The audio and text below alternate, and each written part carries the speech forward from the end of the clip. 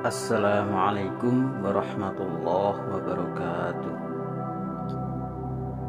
Jumpa lagi dengan saya Gus Fat atau biasa dipanggil Ki Cokro.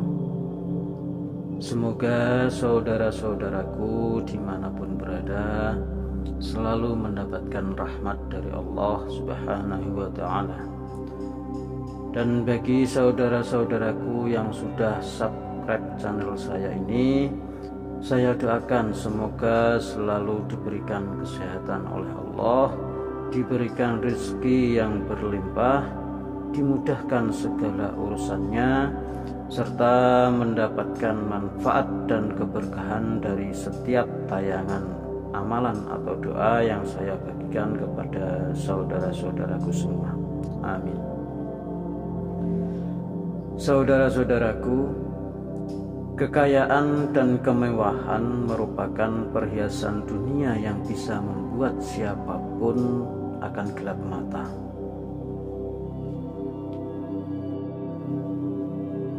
Berbagai cara pun dilakukan untuk dapat menjadikannya bergelimang harta, serta hidup mewah dan hidup serba ada.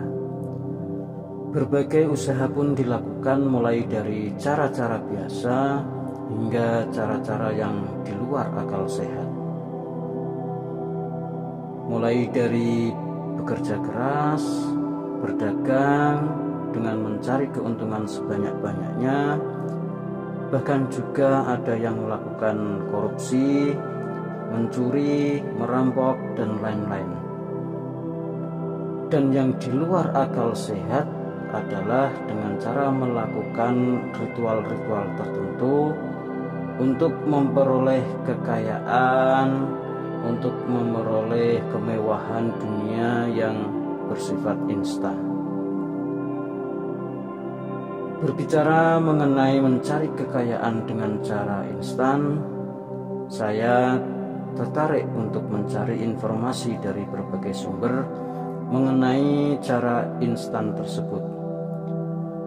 Teringatlah saya pada pesugihan Nyai Roro Kidul yang memang sudah lama sekali berkembang di masyarakat selama ini. Lalu seperti apakah tata cara ritualnya?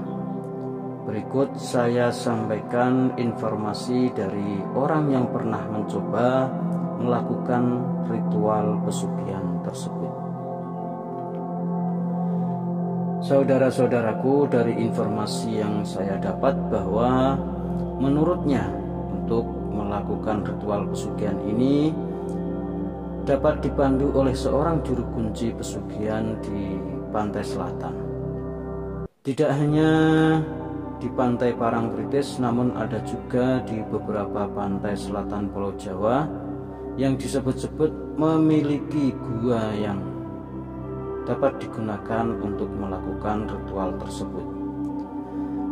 Jika kita ingin melakukan ritual tersebut, maka haruslah melalui seorang juru kunci yang ada di pantai selatan tersebut, karena hanya beliaulah yang tahu seluk-beluk akan tata cara ritualnya.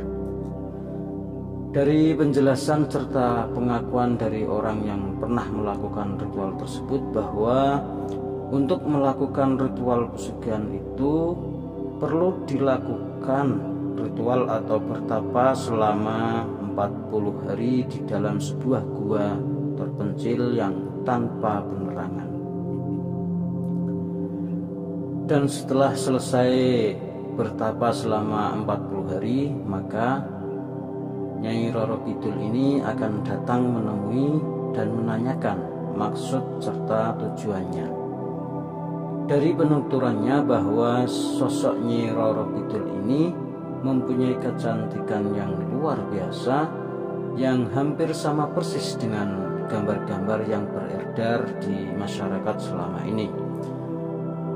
Setelah menyampaikan keinginannya, pelaku ini harus menyiapkan tumbal sebagai persyaratannya.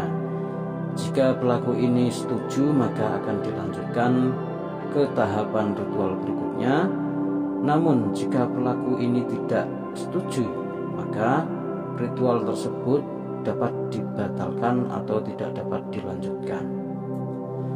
Saudara-saudaraku, dari pengakuan pelaku tersebut bahwa Nyi Roro Kidul ini minta tumbal anaknya sebagai syarat untuk dapat mengabulkan maksud dan tujuannya.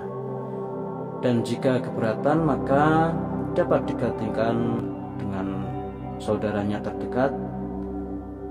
Namun sekali lagi bahwa praktik pesugihan ini dapat dilanjutkan apabila memang pelaku menyetujui persyaratannya.